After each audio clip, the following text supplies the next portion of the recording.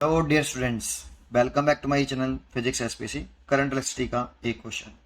In the given figure the value of V naught will be. देखो, इन सबके EMF given है और इंटरलेशंस गिवन है। ये अर्थ कर रखा है जिससे इसका पोटेंशियल वी नॉट 0 वोल्ट होगा और इसका पोटेंशियल दे रखा है वी नॉट। देखो, ये सबके जो terminal potential difference of cell है वो वी नॉट है।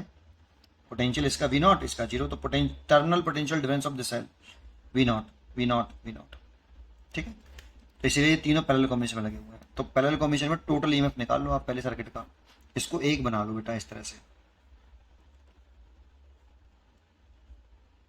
इधर इधर पॉजिटिव आएगा, इधर नेगेटिव आएगा। इसका ई इक्वलेंट निकाल लो आप और आर इक्वलेंट निकाल लो। और ये पोटेंशियल वी नॉट दे रखा है टर्मिनल और इसका 0 वोल्ट। सर्किट ओपन है बेटा, कोई एक्सटर्नल रेजिस्टेंस नहीं जुड़ा इधर, तो ओपन सर्किट है ना। ये टर्मिनल पोटेंशियल डिफरेंस हो गया बेटा आपका वी नॉट। ये this is a terminal potential difference. कैसे लिखते हैं? Terminal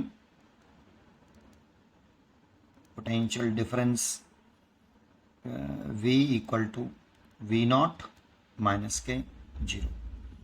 that means V not.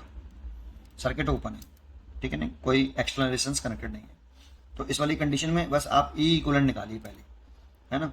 तो ई इक्वलेंट निकालते हैं अगर इसका, तो पैरेलल कॉम्बिनेशन में जो इक्वलेंट होता है वो E1 over R1 plus E2 over R2 plus E3 over R3 over, अगर और भी होते तो डेड डेस्क लगा के लिख सकते थे, 1/R1 plus 1/R2 plus 1/R3।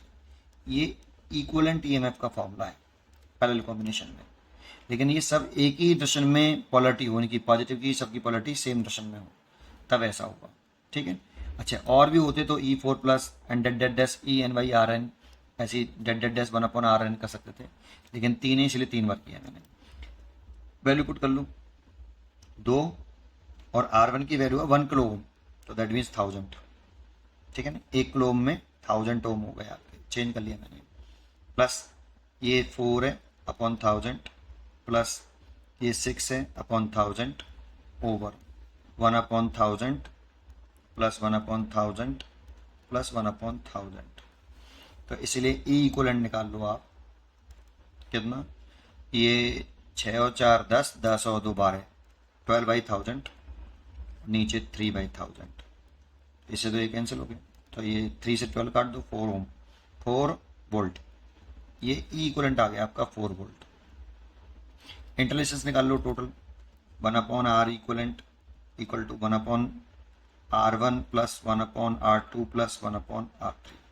इंटरलेशंस निकाल लें टोटल, तो 1/R1 हो गया 1000 प्लस ये 1/1000 हो गया और ये 1/1000 हो गया। ठीक है,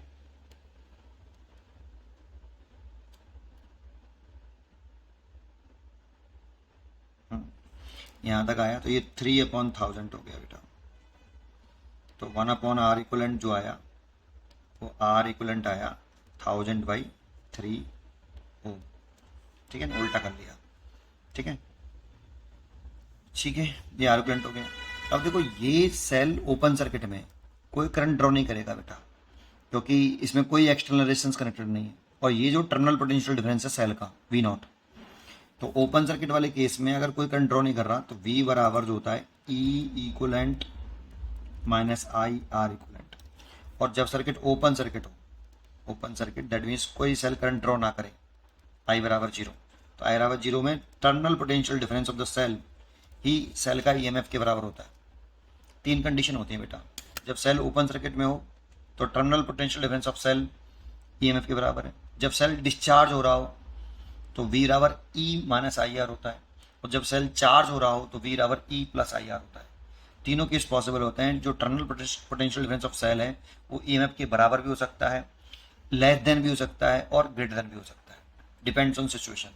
अगर ये ओपन सर्किट है तो करंट अगर 0 है तो सेल का terminal potential difference of cell EMF के बराबर होगा। डिस्चार्जिंग वाले केस में लेस देन होता है V E से, और चार्जिंग वाले केस में V ग्रेटर देन होता है E से। तो यहाँ पे ओपन सर्किट है भाई, इसीलिए ई इक्वलेंट कितना आया 4 वोल्ट। तो terminal potential difference V naught बराबर 4, तो वी की वैल्यू कितनी है V नॉट, तो V नॉट की वैल्यू भी कितनी है 4 वोल्ट। तो जो वी नॉट पूछ रहा है हमसे वो 4 वोल्ट होगा।